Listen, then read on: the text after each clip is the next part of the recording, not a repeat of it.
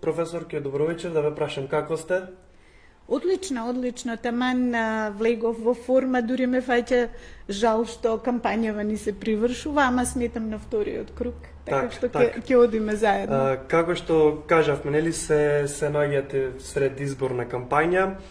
Ќе ве прашам на почеток, додека ги очекуваме првите прашања нели од оние кои го следат овој стрим, значи слободно да напоменам, можете во коментар да ги пишувате вашите прашања. Јас ќе започнам нели да ги читам веднаш што ги добиеме. Професорке, дали очекувавте на 7 дена пред избори дека ќе нема ниту едно соочување на јавна дебата со останатите председателски кандидати? Ова е навистина не само затоа што ние очекувавме како левица и кога нели стартувавме во оваа трка, сметавме дека ова е нашата јака страна и дека тука преку дебатите ќе успееме да се соочиме со моите против кандидати, ама и со еден факт дека нивните програми, колку и да се различни, се всушност засновани на една иста капиталистичка, неолиберална, про-ЕУ, про-НАТО платформа и слично. Меѓутоа, морам да признам дека сум помалку изненадена, затоа што тоа и со овие посметрачите од ОПСЕ, кога имам прилика да се сретнам, им спомнувам дека од 7 5 души се со докторати, од кои 4 се и професори. Така што јас би очекувала како некој што доаѓа од академската средина да таквите ликови, личности и се навикнати на дебата, на разговори во своите училници, со своите колеги, а уште повеќе на политичка сцена, затоа што ние, што се вели, коментиравме, разговаравме со граѓаните уште кога ги повикувавме да ни дадат потписи. Значи, оваа наша кампања е баш еден долг процес, и сега тие заслужуваат одговори, заслужуваат, значи, дури да подсетам законски, граѓаните можеат да даваат потписи за повеќе кандидати. И сега замислете еден граѓанин кој дал потпис за мене, за Силјановска, за Стево, се едно. И си вели, давам потпис, сакам да ги видам како кандидати и потоа кога ќе се соочат, јас ќе одлучам кој од нив е најдобар. Дури таа околност пропадна до овој момент, се зборувам за овој момент во кој сега разговараме, нема најава дека ќе има соочување на сите 7 кандидати. МТВ мислам дека се уште прави напори во таа насока. Меѓутоа ќе биде голем срам за сите нас. Јас се обидувам на сите можни начини, дури да ги провоцирам кандидатите, не со зла намера, туку да ги на некој начин охрабрам, ајде да разговараме, народот тоа го бара од нас. Не е тоа заради наша промоција, туку на нашите ставови. Па ќе видиме како ќе ни оди. Интересно е дека изгледа ние како, да речам, неколкумина зад кои не стојат големи машинери, сме похрабри и поспремни да ги искористиме сите методи на комуникација со граѓаните, додека овие што си имаат машинери, така си се во безбедна зона, на бина, на митинзи и таму кобајаги комуницираат.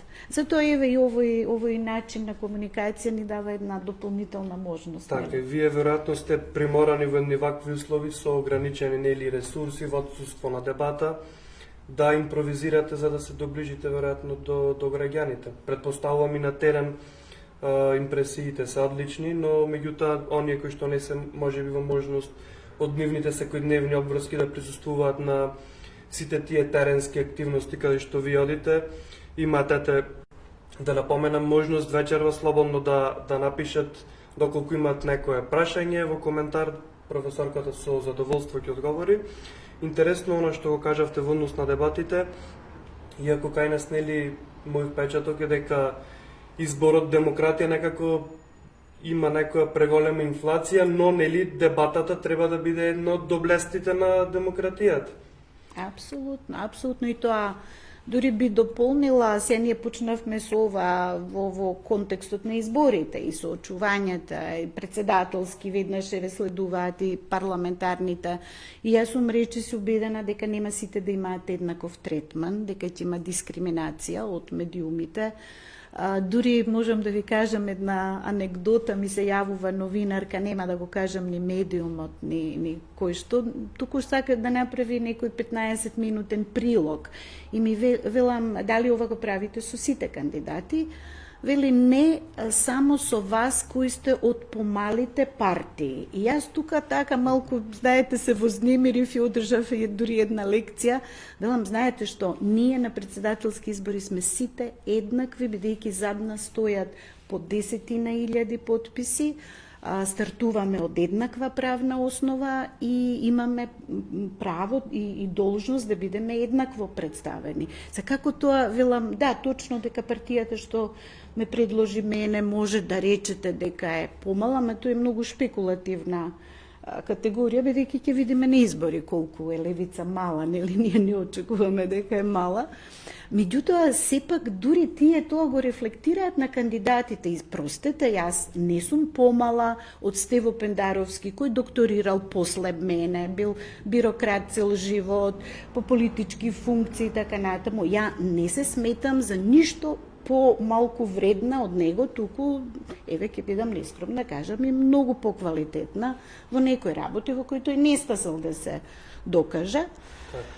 И во однос на другите кандидати, сега не сакам лично, нели, да ги провоцирам, да ги именувам, меѓутоа не е коректно од, велам, новинарите да не гледаат низ призма на, не знам, партијата. Дури и да е некој, знаете, пред 10 години дека јас се обидов да се кандидирам како независен граѓанин, тоа го направив затоа што уставот го дозволува тоа. Јас сакам и на наредните председателски избори да има независен кандидат. Зошто да не? Тоа е демократија, не мора да има партија зад вас. И се они не ве мерат, а ово е помал, ово е поголем.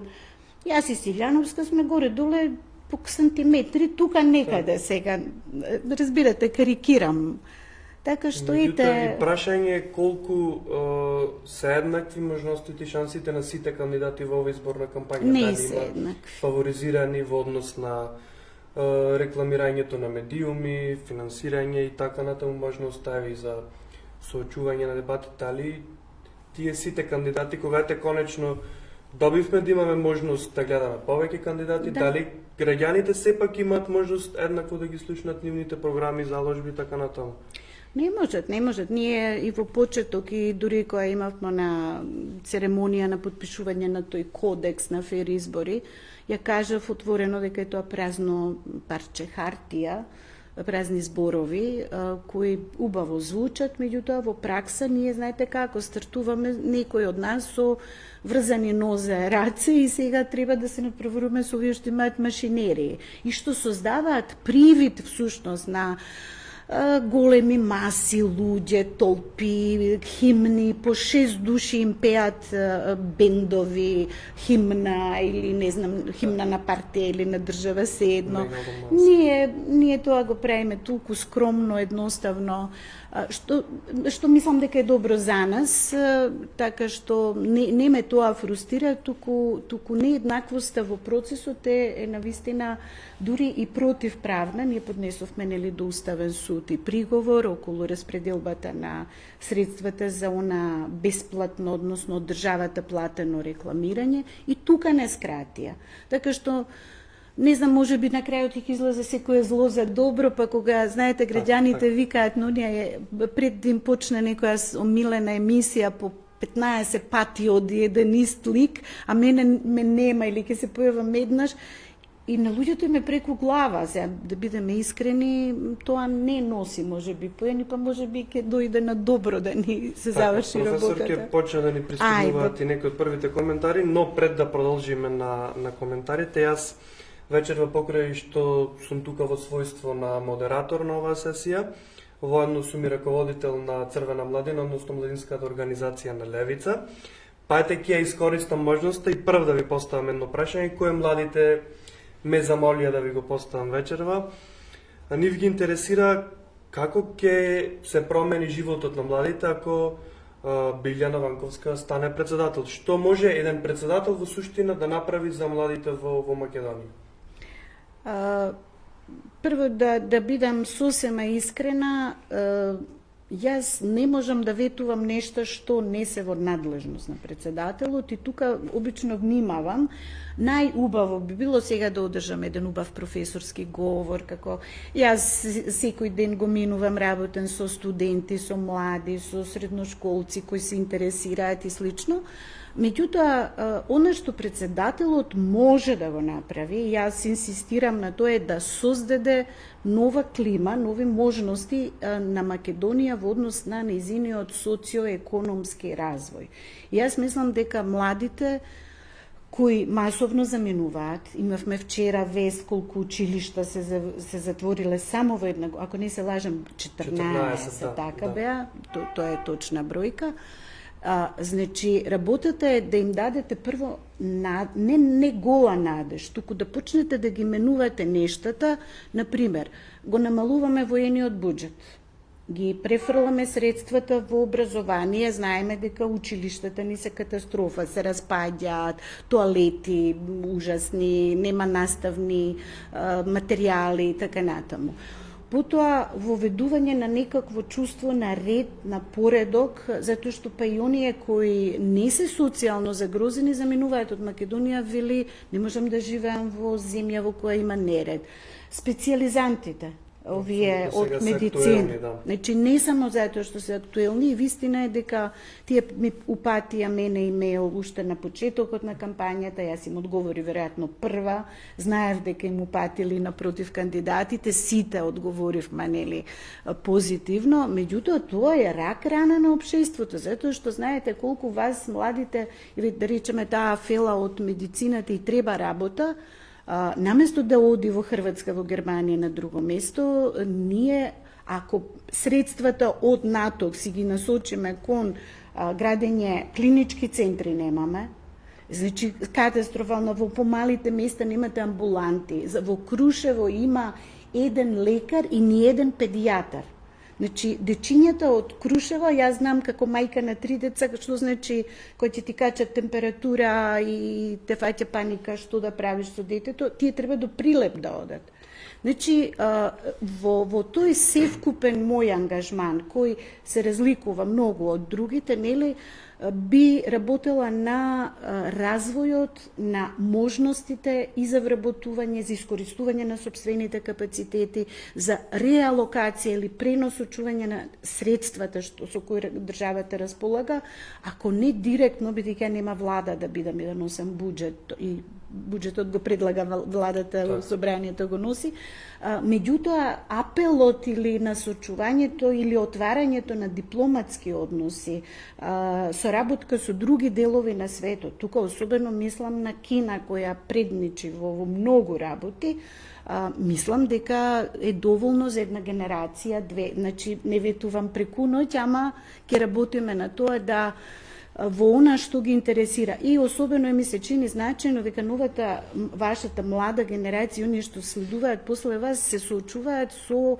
изменет свет, во кој вештачка интелигенција, предизвици од таков тип, нели? Дефинитивно. Јас еве дека ја споменавте Кина, можам да напоменам дека имав прилика таму да присуствувам на настан на кој бевме поканети како младинска организација и имавме можност да размениме искуства со младите од Кина и од земји од Источна Европа. И нивниот студентски стандард, предпоставувам. Јас бев запрепастен од тоа таму што го идов, каков стандард имаат младите, во какви факултети учат, какви се студентските домови.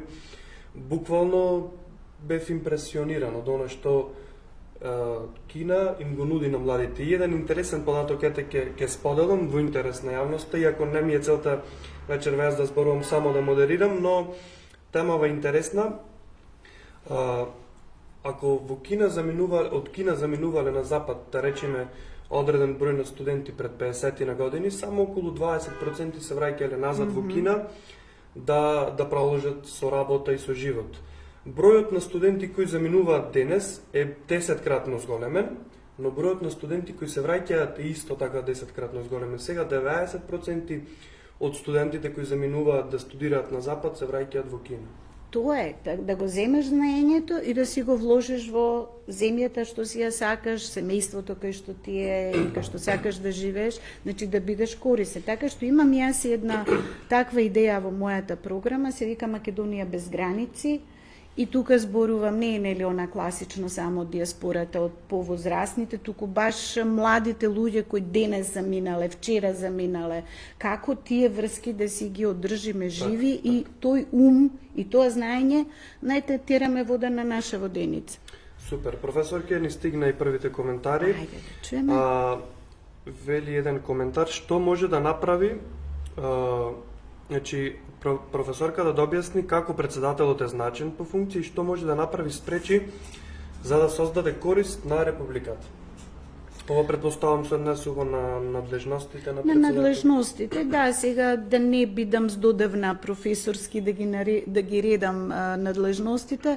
Ја мислам дека веќе го начнавме ова прашање во смисла на тоа дека она што јас го нудам, за разлика од моите против кандидати кои велат како и досега, да парафразираме еден политичар, со мали варијации, некои ќе правеле економски хабови, некои, тоа се модерни западнистички, овие западни термини кои не знам николку ги разбираат.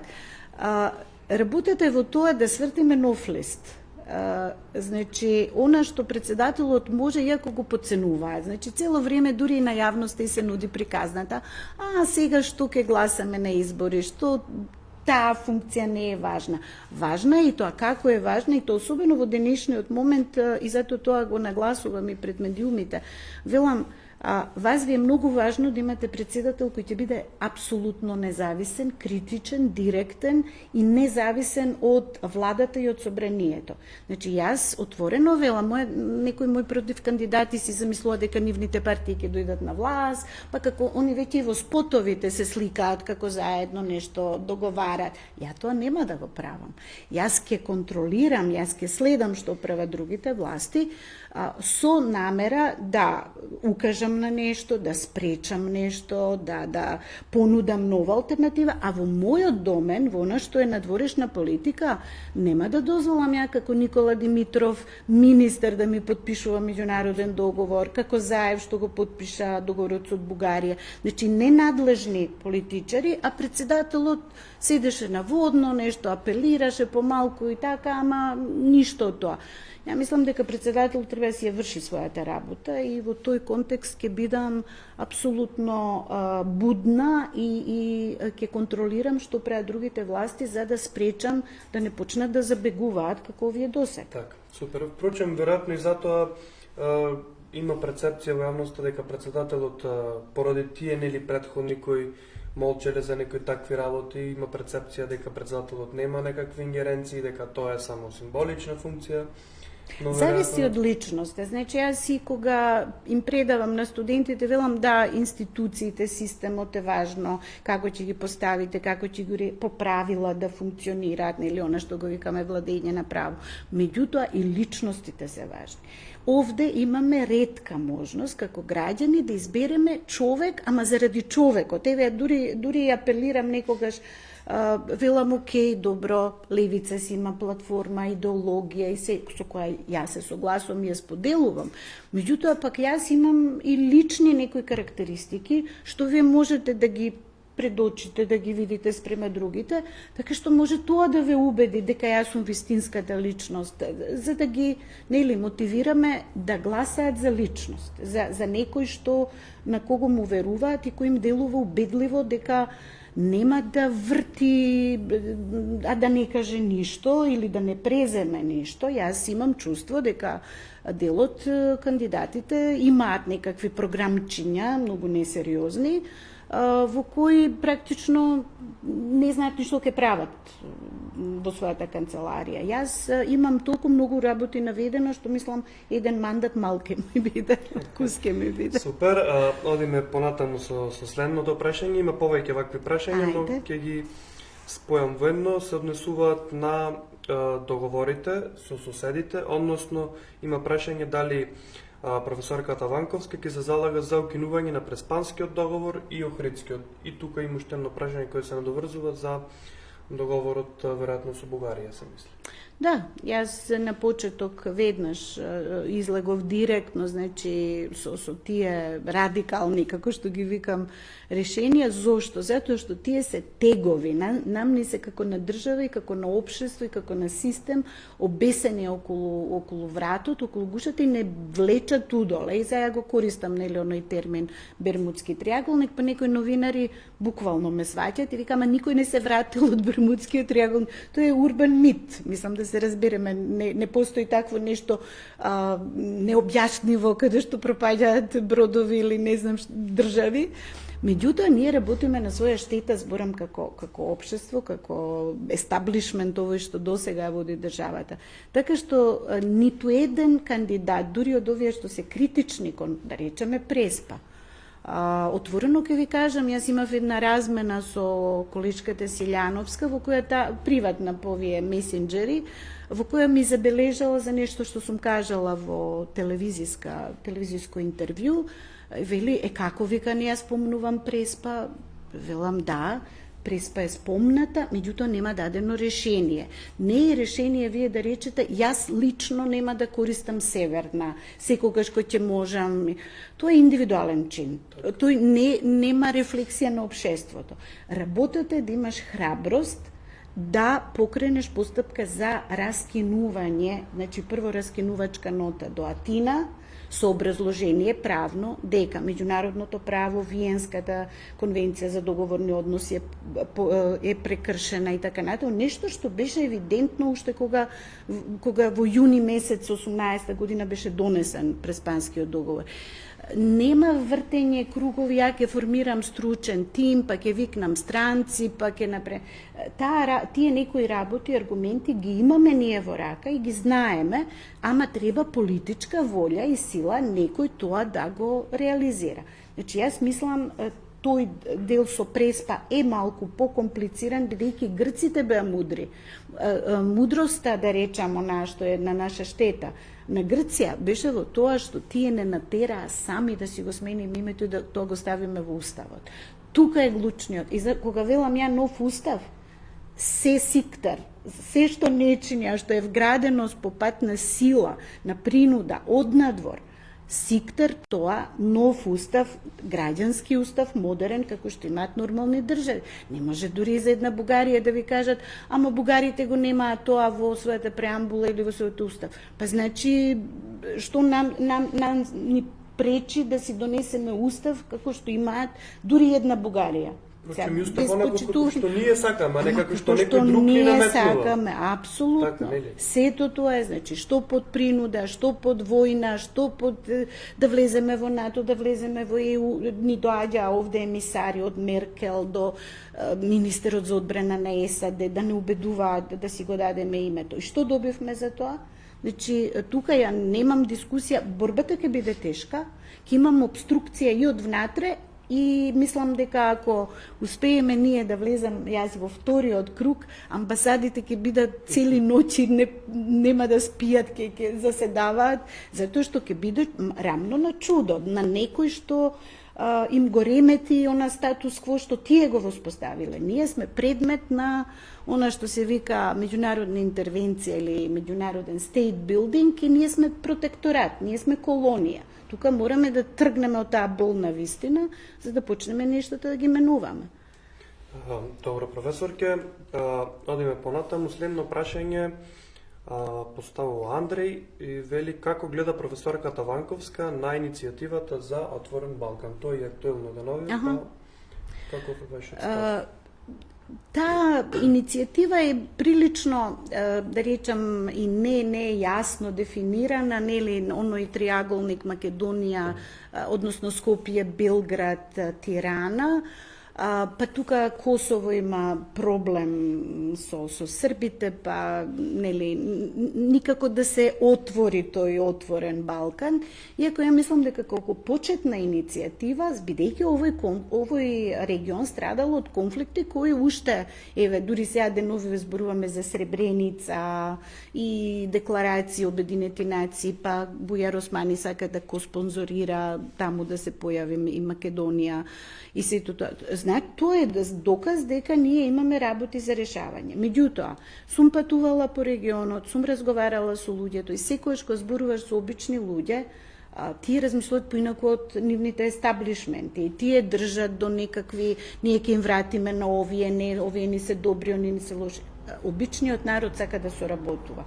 Младите, почнавме со муабетот за младите. Да. Значи, ако ги отвориме ние границите за дипломите да важат, комуникацијата, да не чекаме по граници некако, да сме не знам каде, со часови, па не малтретираат и така натаму. Значи, тука има многу придобивки и сега за овие еврофилите, што многу ја сакаат ЕУ, а не го сакаат отворен Балкан, доволно е да ги подсетиме дека Европската унија почна како она унија јаглени челик, па економска унија, па ги тргна бариерите, трговијата, царините. Што е тоа ако не е економска интеграција, односно отворен простор?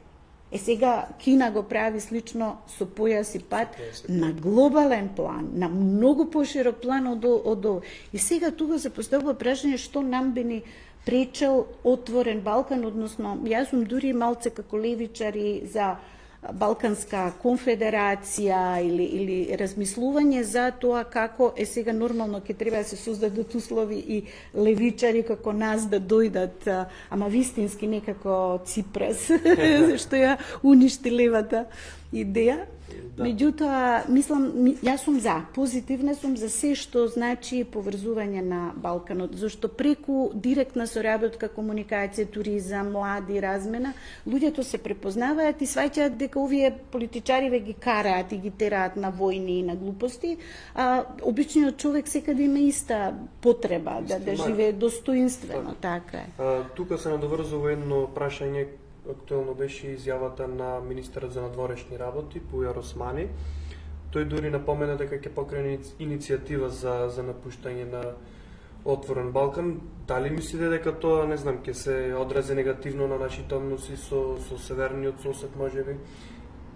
Бујар Османи си зема работи кои не се во негова надлежност, не во техничка влада и не во ситуација во која се наоѓа, во кој е председателски кандидат, така што да не го земаме сериозно, човекот ја злоупотребува својата позиција на министер и камерите кои го следат и изјавите и така натаму, така што тој си прави себе промоција на штета на државните интереси. Да подсетам, тој не еднаш и во времето кога бил во полн капацитет како министер, одбивал да учествува на одредени регионални самити и собири, затоа што Косово одбило, па он во знак на солидарност. Значи, чекајте сега, ако ја представувате Македонија и ако сте министер на Македонија, прво ќе ве засегаат македонските интереси. Така што Бујар Османи зборува се и се што, меѓутоа по една работа добре изгледа нема да го запаметиме. Ни од дипломатија, ни од ова што сега го прави, а веќе столчето во Сараево го чека. Така што овој човек веќе си обезбедил леп на друго место, не знам ни колку е заинтересиран за председателскава кампања, така што ајде не го коментираме многу, не заслужува, сакам да кажам. Многу прашања, можам да кажам. Ајде, ако има многу, да бидеме пократка. Се надевам дека ќе стигнеме што поволен број да одговориме, оние кои се повторуваат нема да ги читаме. Така, може. И оние кои можеби досега повеќе пати сте ги напоменали во други некои интервјуа. Дејан прашува дали како врховен командант на вооружените сили ќе ги подобри условите на војската од храна до редовни исплати и дом за војникот, затоа што сега се во многу лоши услови. Дејан не знам дали е припадник на АРМ. Јас имам докторанти, студенти, значи имам таква комуникација со припадници на вооружените сили, кои пак ми кажа дека во последниот период, откако сме во НАТО, малку од малку им се дигнал стандардот и така, некои работи се подобруваат. Мене не ми е драго зашто причината е влезот во воена алијанса, па сега и во тој вкупен, знаете, Македонија издвојува многу пари за воениот сектор, меѓу ретките оние од 32 држави, 18 држави издвојуваат повеќе од 2% од она што го викаме бруто домашен производ GDP, Македонија е во тие 18 кои се надпреваруваат колку повеќе пари ќе вложат во војската. Така што ја не знам, значи сега од оваа позиција не знам како е распределбата и ќе треба да се направи убава анализа каде одат парите. Зошто? Затоа што јас во мојата платформа, ако велам излегуваме од НАТО, а велам НАТО не ни треба, тогаш ќе ни треба на АРМ. Значи, ние имаме потреба од АРМ како една, да речам, пристојна вооружена сила, чии припадници ќе бидат исто задоволни, бидејќи и процесот на регрутација е важен. Вие ги сакате исто и во војската здрави, прави, паметни луѓе, храбри, значи сето она што бара војничката професија и треба да го наградите. Зошто? Тој дел дури го предавам во еден предмет на факултет воена политикологија, затоа што фактички во ретко која професија вие барате од тој што ќе ја земе да си го ризикува животот во крајна инстанца, нели? Сите работиме на мир, на чување, на превенција и слични работи. Меѓутоа, ако дојде до најлошиот момент, тие се тие први изложени и во мојата професија не можам да загинам, нели? Или никој не го очекува, ама од војниците, ако дојде до тоа, се очекува. Така што тие ќе имаат целата моја поддршка, разбирање, без да одиме во милитаризација, без да одиме во преамбициозни овие, да речам, авантури, и јас воопшто не се согласов и бев еден од ретките критичари која праќавме војници во Афганистан, во Ирак, во каде се не, значи ветуваме, се кај треба ние праќаме војници. Не, нашите војници ни требаат тука. И заслужуваат социјален статус и углед, каков што заслужува секоја пристојна армија. Така. Има едно интересно прашање, ќе го прочитам онака како што е напишано. Професорке, кои две најтешки прашања би ги поставиле на Стево и Гордана, поради кои бегаат од дуел со вас? Поздрав, сакам краток и прецизен одговор. Имам толку многу прашања што сакам да им ги поставам. Еве на Гордана би поставила прашање конкретно, многу често го потребува зборот имам безбедносни дилеми околу, бидејќи како нели потенцијален врховен командант и таа и јас би требали со безбедносни, национални безбедносни прашања се бавиме. Мислам дека не го знае одговорот на прашањето што е безбедносна дилема. Така што јас би ја прашала што мисли кога вели дека има безбедносни дилеми. Еве, многу просто, ако не слуша, нека размисли, па може ако имаме дуел, може тоа да биде, што се вика, едно од тие контрапрашања. На Стево, искрено, некои ми велат зошто го игнорирате или не сте така подиректна во однос. Јас него го сметам за некој што си одработил својата работа, лошо. Дури, видите, значи, во еден од спотовите, сега ВМРО ДПМН почнува со црна кампања по телевизиите со овие спотови, се користи една пресконференција на Стево Пендаровски упатен со вулгарни зборови, психопати, не знам си што се ја да не го цитирам, упатени кон на Пасиев, како што знаеме. Меѓутоа ВМРО ја тера водата на своја воденици и ги искористува тие зборови на Пендаровски упатени до Апасиев за да себе се само промовира и да рече овој е лош председател.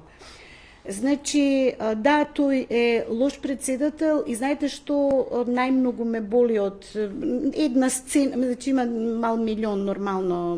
Јас само му посакувам она што рече, ако сме го кинале през Панскиот ќе ни избркаат од НАТО, ја реков супер. Со еден куршум, два зајака ќе решиме тука.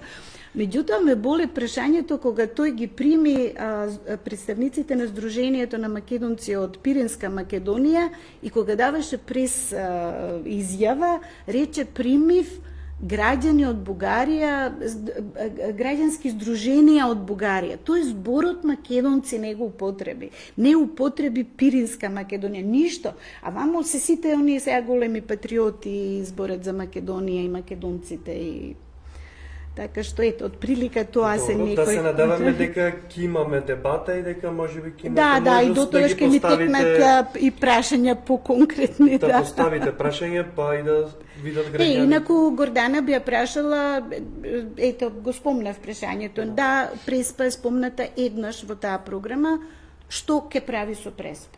Затоа што во претходната кампања во која ја бев и прилично активна, да речам, во нејзиниот тим, тоа беше круцијално беше прашање на деното, беше 2019 кога ни го сменија уставот. Јас сега на митинзи не слушам ништо што таа предлага што ќе направи со Преспа. Ете, тоа би било најдиректното прашање. Супер, одиме понатаму. Значи, има прашање дали професорката ќе се обиде да ги укине рестрикциите кон Русија и да забрани донации на војна опрема од Македонија кон Украина? Да, јас сум против воопшто воено инволвирање во тој конфликт и би се ангажирала апсолутно, значи, најверојатно нема ни да ми дадат НАТО сертификат, пошто сум против НАТО и имаат паника од тоа, меѓутоа воопшто не ме засега. Јас ќе си го вршам мојот мандат согласно уставот и тоа што ќе ми го дадат граѓаните. Меѓутоа, не мислам дека им помагаме на украинците, ниту на русите да го решат проблемот, да запре крвопролевањето. Јас сум убедена дека Путин, каков и да е, нема намера да маршира до Берлин, до Париз, до не знам каде, тоа се нонсенс шпекулации и практично ширење на политика на страв која го храни војно-индустријскиот комплекс. Кој има бенефит од тоа?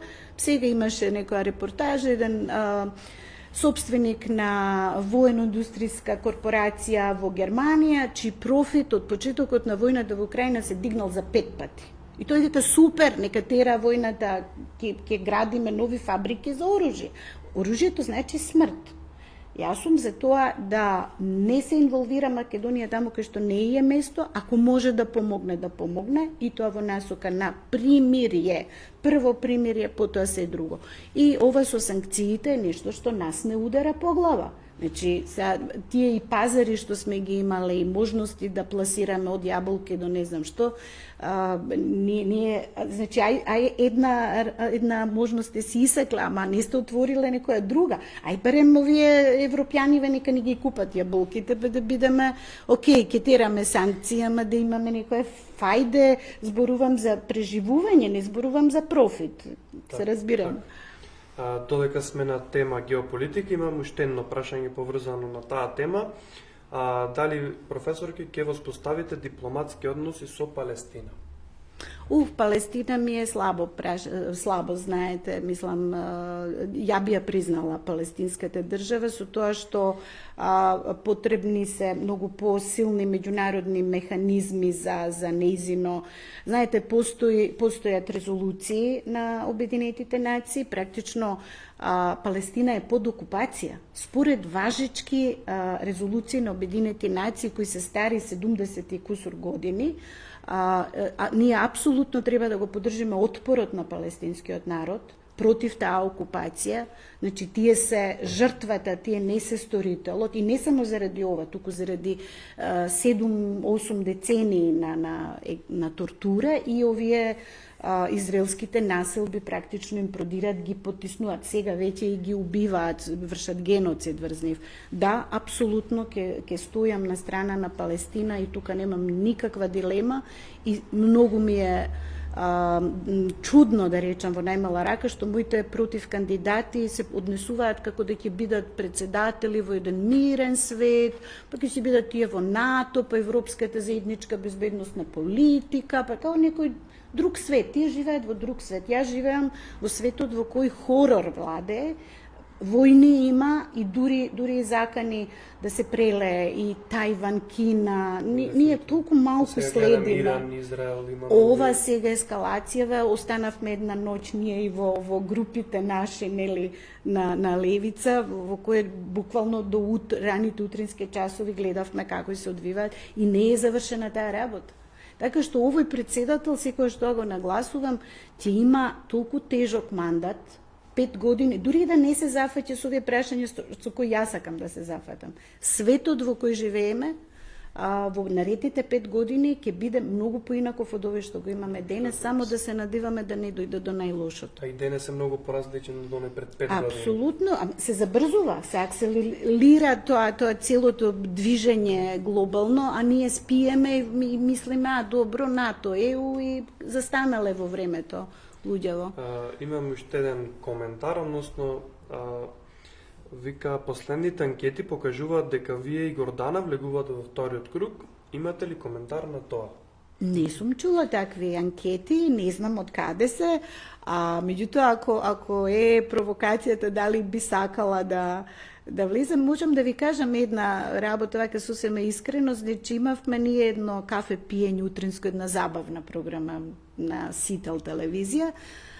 Сите коментари и кај мене, и кај неа, и во комуникација со луѓето е многу позитивна во смисла на тоа дека две жени покажале дека иако се политички противнички, можат културно да разговараат, да пристоен тој диалог биде. Меѓутоа не ми се допадна кога колешката кажа дека тоа била политичка дебата со Ванковска, што не е вистина, нели? Убаво би било да имаме жена председател, меѓутоа јас на тие кои се двоумат, знаете, јас имам и студенти кои ми пишуваат лично, да речеме, не знам, Гордана е сретнале на едни студии, мене на други, века и сега имам проблем за кого да гласам. Велам, Гордана има машина и таа оди во втор круг. Таа е гарант, можете, ако се обложувате, да се обложите кога ќе влезе. Јас сум она што се бори да влезе и тоа жестоко се бори, така да дајте ми го мене сега гласот во првиот круг, а потоа ќе си решите. Во вториот круг ќе си видите која од нас две подобро се носи со проблемите, со што нуди, тогаш и да изгубам фер, нема што, ќе си честитаме што се вели и ќе имаме жена председател. Супер, одлично. Има уште еден коментар интересен, ќе го прочитам онака исто како што е напишан. Дали како председател ќе дадете поддршка на македонската дијаспора да се вклучи во обновата на Македонија? Ние се организираме масовно да ги повикаме нашите блиски во Македонија да гласаат за левица во Македонија. Ова поддршка од многу симпатична порака. Јас им благодарам, дури еве ќе кажам и во делот на донациите, бидејќи ние не можеме да примаме странски донации, меѓутоа луѓето се снаоѓаат преку своите блиски, па уплатуваат по одредени скромни износи, не се тоа некој кој знае какви, меѓутоа многу значи желбата да се следи политиката во Македонија. Драго ми е дека овие луѓе тоа го прават, што значи дека не ги раскинале врските со татковината си, ја сакаат Македонија, си гледаат. Јас имам внук од брат ми кој живее во Дубај со семејството.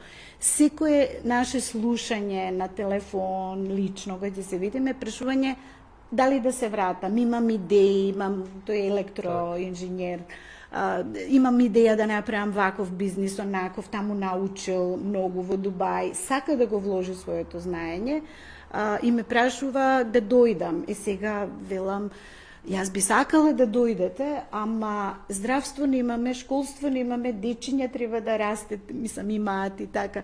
Така што оваа битка е сега да се биде или не. И ако ни тргне, тогаш јас сум убедена дека целиот овој капитал човечки што доаѓа од надвор, ќе му се врати надежта. Јас сретнав еден млад човек всушност во Струга, кој живеел 20 и кусур години во Италија и замислете си се оженил, си дошол во Струга, си отворил еден мал бизнис кој убаво му оди и си направивме еден преубав муабет за тоа колку е тој среќен, што тој стил на живот там не му одговарал и сакал да си се врати дома и среќен и е наш поддржувач, баш онака навистина со многу ентузијазам. Така што да, јас спомнав на почеток мојот проект за младите од тие спорат и сито нешто можат и сакаат да ни помогнат, се вика Македонија без граници, затоа што нас не има на сите 4 страни во светот. Дури во Латинска Америка ќе најдеме успешни и тоа сите што одат се успешни, знаете, тоа ми е маката. Значи, ние немаме млади луѓе што отишле па пропаднале, па сите се успешни, значи се паметни. Голем дел од тие млади заминуваат затоа што имаат и поголеми амбиции, а тука државата не може да им може на тие нивни амбиции. Ама не само амбиции, некои заминуваат од мака и така натаму. Ама не, а вие ако видите дека полошиот од вас станал асистент, професор или било што, тој брилијантен млад човек ќе рече, ајде, ќе одам там. И таму го почитуваат. Моите ќерки се двете се на врвни универзитети во Канада, сосема сами, со чудни презимиња што и две ги изговараат и така најто, меѓутоа си изодеа патот до врвот и без протекции, без и дури, еве кога зборувавме нели на почеток за образованието, канадската влада им ги плаќа магистарските и докторските студии, што значи моите ќерки немаат дури ни од своите родители добиено пари за своето усовршување. Канада знае, овој одличен студент, му дава, професорот има пари за проекти и така натаму. Тоа е она што нам не треба. Да можам јас моите студенти најдобри да ги видам на најдобри места, а за жал ја ги гледам оние полошите студенти кои просперираат, така што и мене ми е. Помлада генерација имам доста мои другари кои заминале да студираат во странство, особено во Словенија. Словенија за жал им нуди подобри услови отколку бесплатно школство. Да, значи зборувам за државјани македонски, не за точно, нивните домашни. Така, професорке, ќе поставам сега едно прашање кој ни стигна во инбокс, нели, пред да се емитува овој лайв стрим.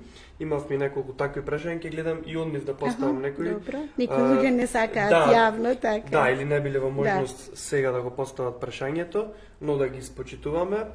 Прашањето се однесува на Агенцијата за разузнавање и незината партизација, значи прашањето е во однос на Агенцијата за разузнавање. Еве сега кога ми го поставувате прашањето, односно ми го читате од нашиот следач, ми текнува дека можеби тоа би било добро прашање за Стево Пендаровски, затоа што таа агенција, значи председателот е директно надлежен за именување на првиот човек на агенцијата, за надзорот над нејзината работа, таа се толку политизираше, партизираше, што тој човек што е таму сега број 1, милион скандали го следат, меѓутоа председателот остана индиферентен кон тоа, дури заштита му, значи беа вклучени дури во внатрешно политички препирки, судски, изнудени полициски работи, така натаму. Значи,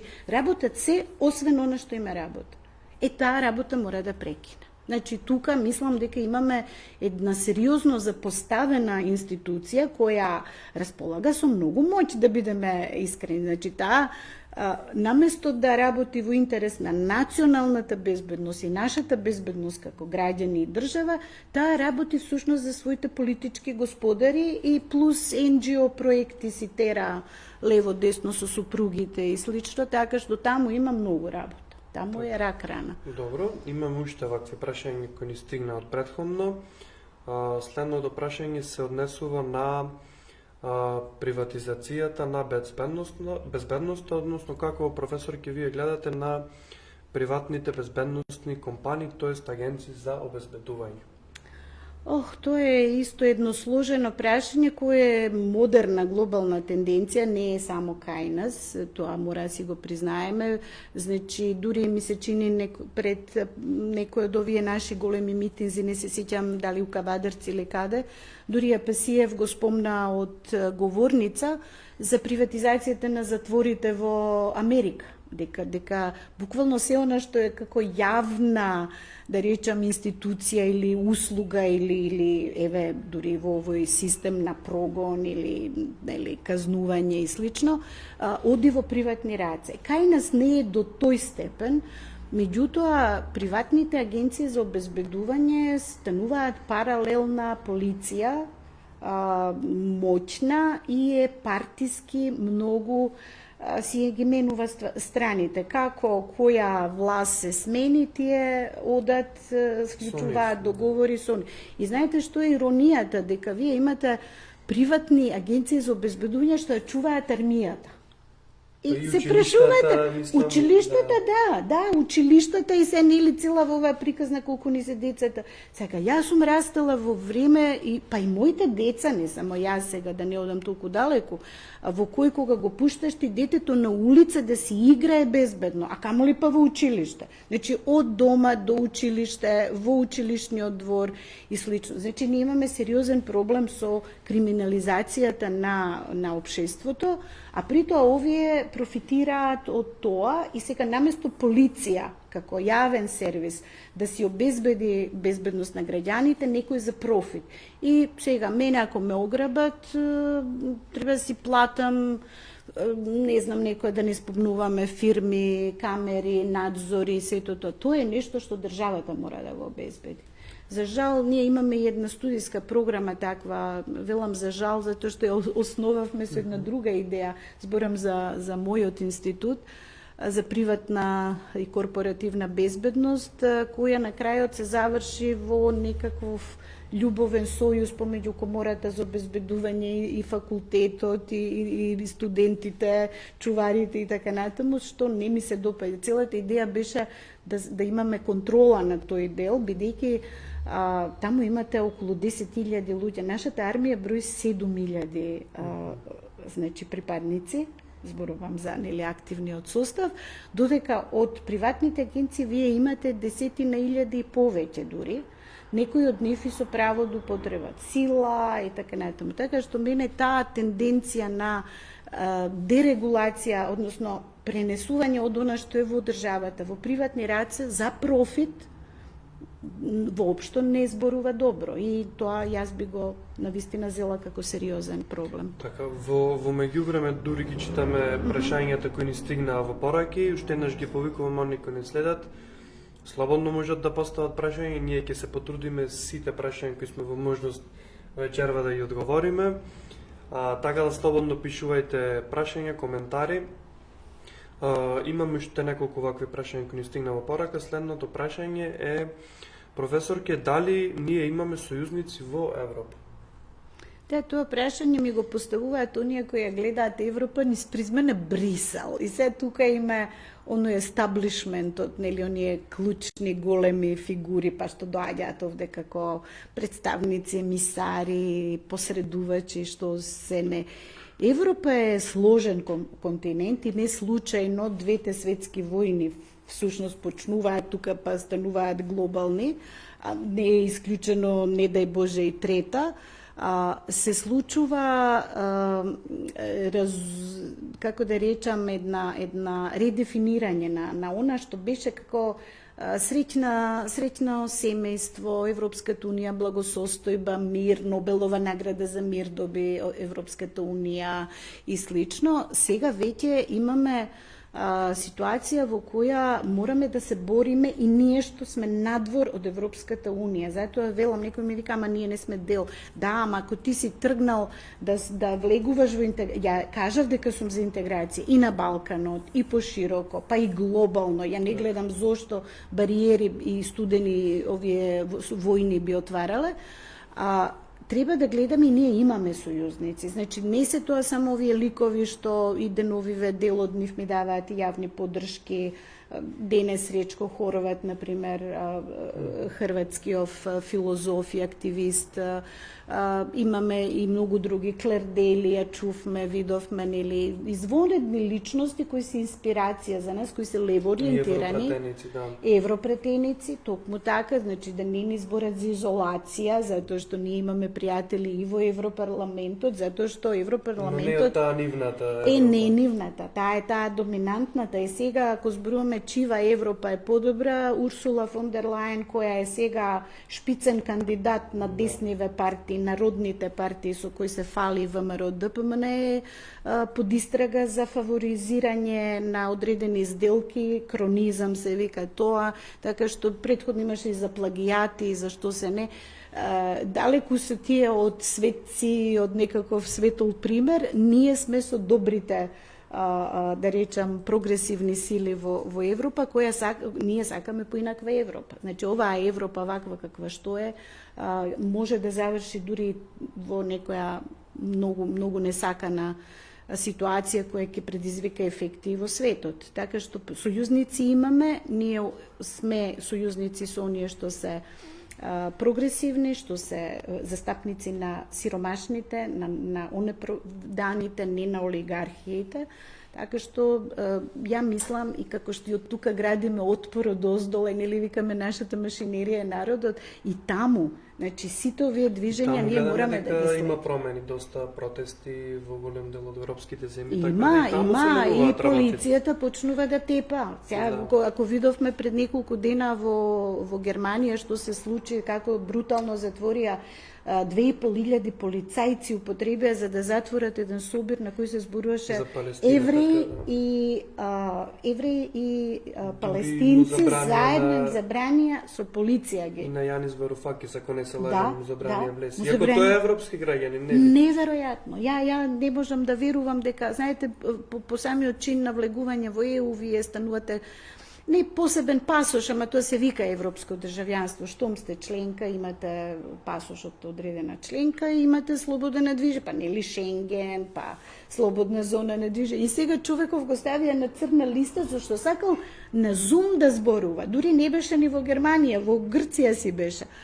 Така што оваа Европа која сега ни ја нудат е во сериозна криза и затоа пак е предупредам дека си отворат очи што ни предлагаат, зашто ниту нешто чар ќе видиме од нив, ниту развој, туку можеме да видиме сценарија кои никому не му носат добро. Така, имам сега и јас едно прашање, се сетив успа додека зборуваме за темите. Деновиве беше германски пратеник Беер, ако не се лажам, присутен во Македонија, па имаше можност да се сретне и со вашиот против кандидат Гордана, извинувам, и со председателот на ВМРО ДПМН, ако не се лажам. Подоцна во едно интервју, истиот тој европратеник изјави дека ставовите на ВМРО ДПМН подносно уставните промени се познати и дека тој очекува тие да се случат до крајот на оваа година со формирањето на новата влада. Како го коментирате ова? Мислите ли дека ќе се случат тие уставни измени? Дали вашиот став го знае, не? Да, ама јас мислам дека и таа страна веќе јасно се изјасни дека ќе дојде до уставни промени кои ќе имале одложено дејство. Јас се обидов малку на хумористичен начин, не знам колку мина ме сватија да објаснам дека има одредени лекови во фармацеутската индустрија кои имаат продолжено, одложено дејство и така, нели? Ама пластично кажано, јас ви го менувам вам, односно на вашите, замислете се на вашите деца, бидејќи вие сте сега млад и веројатно уште не размислувате за семејство, меѓутоа ќе дојде време кога ова што јас сега ќе го сменам во уставот ќе почне да му важи на вашето дете кој уште не е родено. И тоа тогаш ќе се најде во ситуација на не само променет, да речам, не е тоа само преамбулата, па као може рачунаат на тоа дека ќе заборави македонецов, едно му сменија, па тој се попиш, мислам, она си клекнува на брашно, па меѓутоа го одземате правото на идните генерации да донесат свој устав. Овој устав што јас го предлагам, ја не велам дека е вечен, ја велам на оваа генерација сега и треба нов устав, бидејќи овој сега е катастрофален. Ама генерацијата на ваша или на вашите деца ќе си има право на свој устав. Не може вие да донесете сега, депонирам јас одредени уставни одредби, ама тие ќе важат од тога. Не, тука работата е завршена. Она што е важно јавноста да го свати, и тоа ќе го кажам евентуално ако имаме дебата, дека оној момент кога 2/3 од пратениците ќе дигнат рака, односно ќе притиснат копче во собранието, готова е работа. Значи тој чин се важи. Тие во тој момент даваат согласност бугарите да влезат во уставот. И нека бидат честни да го кажат тоа, нека не замајуваат, ќе притиснеме сега, ама ќе важи за вашите деца, мислам. Па има ли во нашиот устав такво одложено дејство? Јас не сум баш сигурен, не сум правник, дали е тоа возможно? Се обидуваше колешката Силјановска тоа да го објасни, затоа што јас реагирав не на нејзин изјава, туку на овој Муцунски, за ова, нека ми објаснат, ја реков, ја не сум уставен правник, јас сум политиколог, нека повелат уставните правници да ми објаснат. И таа нешто објаснуваше за уставниот закон, кој, нели, што се носи после промената на уставот, уставен закон за имплементација на нормите во уставот, таму ке стоело тоа, каде и да стои. Чинот на седницата, кога 2/3 со пратеници, што значи и позиција и опозиција, се живо за да направат 2/3, притиснат на копчето, се согласат, тогаш ја кажале својата политичка волја и го определиле тоа прашање, својот став. Мојот став е ја не притискам, односно нема да бидам у парламентот, ама лично сметам дека левица ќе го спречи тоа да дојде барем до 2/3. Дефинитивно. Професорке, одиме понатаму, имаме уште неколку прашања, веќе 1 час разговараме, така да се обидеме уште некои прашања кои имаме. Се што има, пак ја ослободиме да продолжите со вашите тековни активности. Мики поставува прашање, дали како председател ќе ставите вето на законите доколку истите се косат со националните интереси, без разлика на евентуалните притисоци од страна? Да.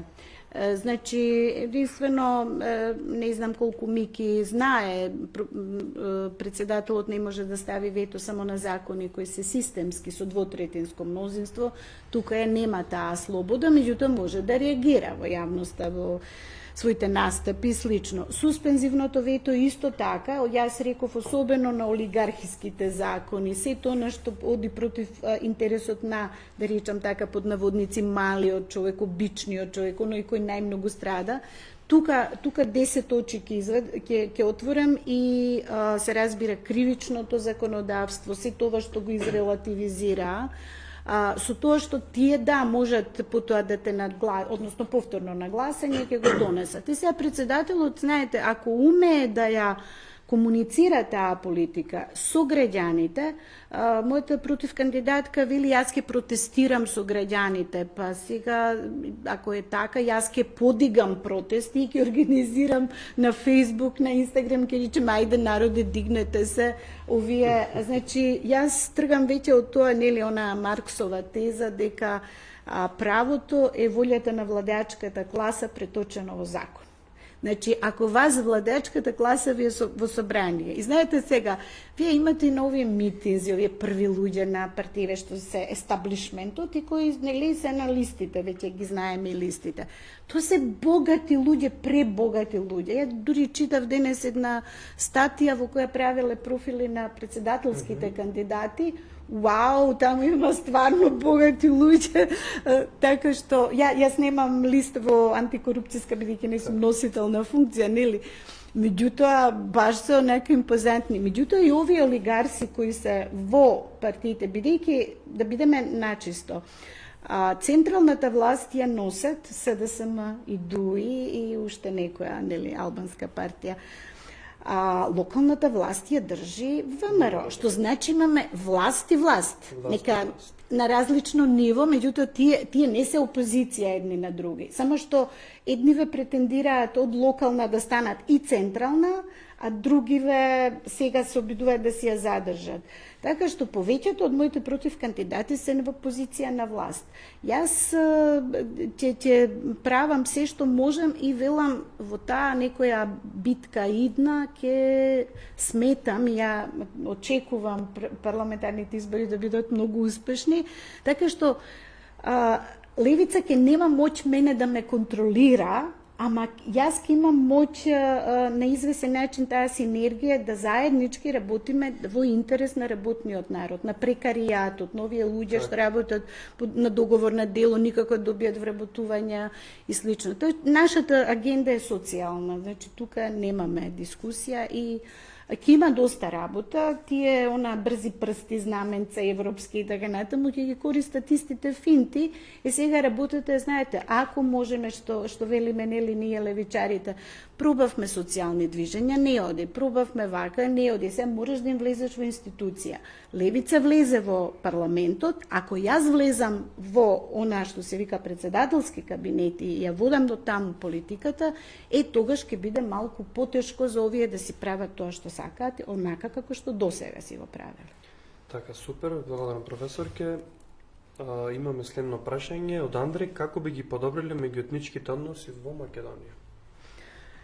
Мислам дека на картата на меѓуетнички односи играат овие што се во власт и во голема љубов. И сега секојаш кога им фали некоја така ситуација да издраматизираат, немојте тоа меѓуетничките односи. Јас дури во едно студио денови ве реков, па немојте сега само да не плашите. Штом јас спомнам рамковен договор, тие ми викаат, ама ќе дојде војна пак. Па немојте, вие младите албанци ги правите страшила, воинствени. Не се, јас ги имам и студенти и знам колку се исто ориентирани кон подобар живот. Абсолютно. Не сакаат калашникови. Ги Јас имав сметаат цимер кој заедно живее, албанец, така па знаете, значи не е убаво да тие не насочуваат во таа нивна приказна. Не е тоа приказната и болката на Македонија. Болката на Македонија е сиромаштијата, грабежот што и го прават, така што ако ние донесеме граѓански устав во кој секој ќе биде валоризиран спрема еднаков пред законот, меѓутоа во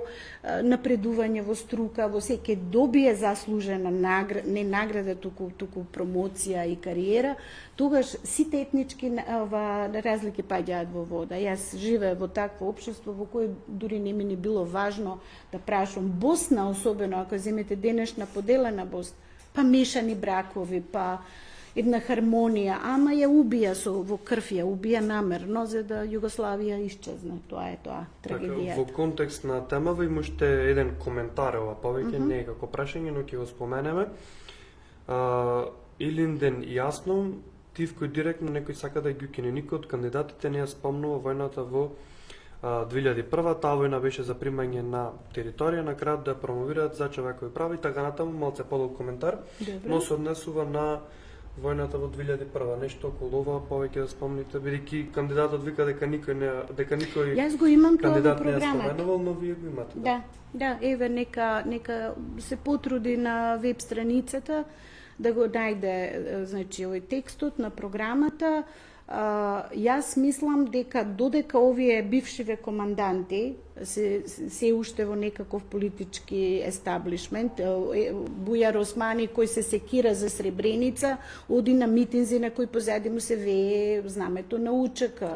Овие другиве исто така не се многу поарни, така што они живеат на митот и на приказната од војната како нешто херојско да го направиле, наместо да отвориме очи. И јас сум за тоа, значи, расчистување и враќање на неказнетите воени злосторства. Значи, ние имавме 4 случаја, ние имаме десетина луѓе исчезнати, ние имаме за младите не ја имаме дури ни во учебници, ни во научна мисла. Опишано што се случи 2001-та, зошто се случи, научена лекција, едноставно да не ти се повтори. Така што јас сум за еден вид на соочување со минатото, дали тоа ќе биде комисија на која ќе ги утврди фактите, вистината за тоа што се случуваше и да не заборавиме, тие злосторства не застаруваат. Груевски направи договор со Али Ахмети за да направи влада и рекоа окей, амнестија. Значи си го истолкуваа законот така како што им чинеше. Меѓутоа е сега и меѓународните фактори, Советот на Европа дури неодамна предупреди дека тие злосторства мора да се процесуираат. За жал, дел од жртвите кои беа посебно мавровските работници разбрав дека починале, барем неколкумина од нив, значи не дочекаа правда. Тоа не смее да се случи заради идните генерации, не само заради овие што поминале преку тоа. Така што јас сакам да зборуваме на таа тема и што вика еден мој хрватски колега кој исто заедно сме биле во оваа акција, вели без вознемирување нема помирување. Значи ние ако туркаме се по чергиче и викаме добро е гледај кон неу, постојано со закани ќе се расправаме.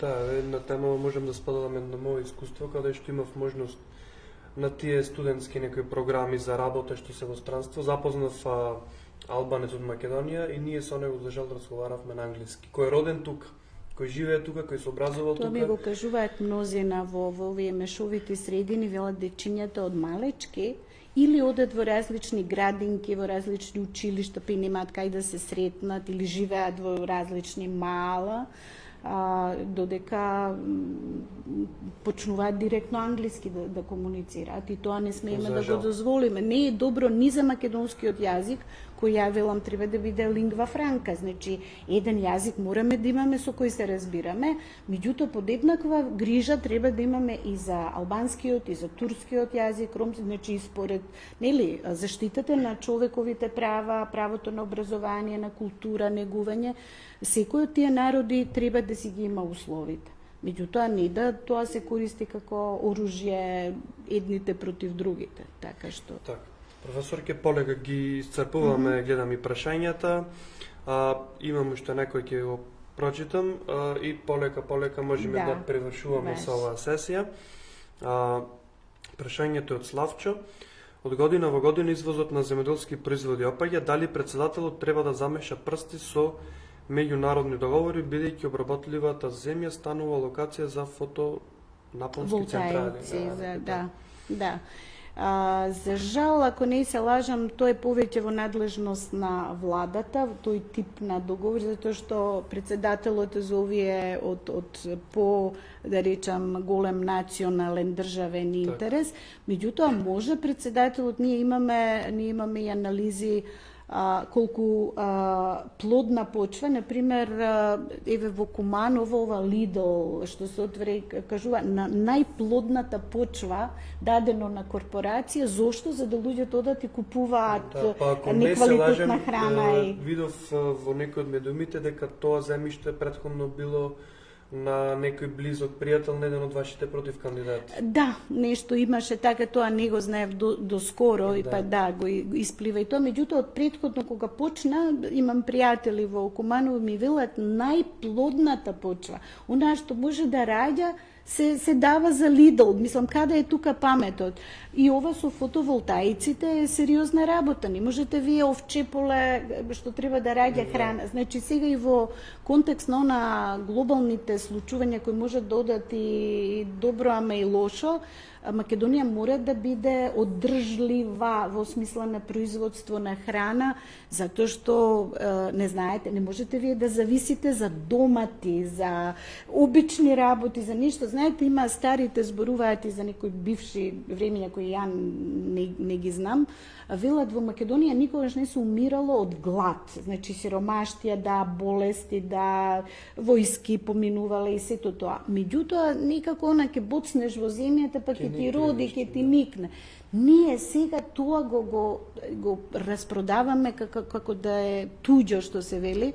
Ние мораме тоа да... Тој суверенитет, сега ја која себе се дефинирам како суверенист и велам, суверенитетот, националниот интерес ми е битен, да, и земјоделството тука е од екзистенцијална важност. Така што во рамки на она што е моја надлежност, јас ќе се обидувам и знаете што може, имам еден против кандидат кој не знае дека председателот не може да покренува законска постапка за носење закон. Не е овластен предлагач за носење закони. Што значи кога постојат вакви, меѓутоа што можам да направам? Ако јас имам увид, ако јас имам соодветни контакти, странство, знаење и слично, јас можам преку пратениците на некоја пратеничка група или лоби група да иницирам донесување на таков закон, значи индиректно, не директно, бидејќи такво право немам, меѓутоа може да се соработува во насочување на јавните политики таму каде што е критично, од критично значење за земјата. Така. Професорке, полека ги исцрпивме прашањата и јас можам тука да ви се заблагодарам. Можам да порачам до оние кои накнадно ќе огледат овој лайвстрим, доколку имаат нели прашање, можат да видат програмата на професорката која е објавена на сајтот на Левица. Исто така на социјалните мрежи на Левица и на профилот на професорката може да ги следите и тековните активности се до денот на изборите. За крај, професорке, уште едно прашање, бидејќи ве следам од поодамно на социјалните мрежи, често знаете да искоментирате нешто за некои фудбалски надпревари. Вечер има Лига шампиони. За кој навивате? За Реал или за Манчестер Сити? Или имате некој друг фаворит? Вечерва ли е? Вечерва, да. Добро што ме подсетивте, зашто јас во оваа моја агенда набиена, навистина се обидувам пред некој ден имав средба со некој од овие посматрачиве на ОПСЕ, и човекот се представи дека од Ливерпул, а јас сум фан на Ливерпул, и туку што имаше изгубено 3-0 Да. дома, и му викам, што се случи синоќа, и така, и тој беше изненаден како жена, па уште и следи и така. Значи Ливерпул беше фаворит, утре ќе го гледаме. Така. Меѓутоа јас уживам во спорта, растев со татко брат кој ме воведоа во сите спортови, ги знам правилата, се не сум некој голем експерт, меѓутоа многу повеќе од, да речам, просечна жена и користам доста време, значи добро што ме подсетивте. Јас сум некако во оној дуел од Реал Барса поише на страна на Реал, иако ми велат, ама не е тоа левичарски, нели, Барса е она... Клубот на кралот е, така, да. ова е кралскиот клуб, ама не знам, може би заради некој Роналдо и така, од порано ми останало. Така што сигурно ќе гледам нешто. Супер, вечерва. професор, ќе ви благодарам. Тука превршуваме. Ви благодарам и на сите кои не гледавте, кои поставивте прашања. Се гледаме во некоја наредна прилика. Следете ја професорката Ванковска и дадете и поддршка. Закружете број 5. Еве, јас да ги поздравам сите што упатија прашања, мене ми беше задоволство и се среќаваме веројатно со дел од тие луѓе или ќе се сретнеме во остатокот од кампањата. Меѓутоа, ако имаат било што да прашаат, тоа го нагласувам, Facebook профилот е лично мој. Зад него нема администратори, нема луѓе што вештачки одговараат или не Маркетинг одговараат. агенции и така Не, натаму. ништо нема, се е автентично, така што ако и нешто имаат плюс да прашат, јас се трудам и дури луѓето се зачудени како стасувате и кампањата и одговарате. Или ако треба некој ти дава поддршка, срценце само ќе му ставаш како благодарам. Ама секој треба да се испочитува, така што еве и на овој начин ги испочитувавме нашите фанови и оние што не ни се фанови, така што благодарам за убавиот разговор и водењето на оваа дебата. Ви благодарам и вас.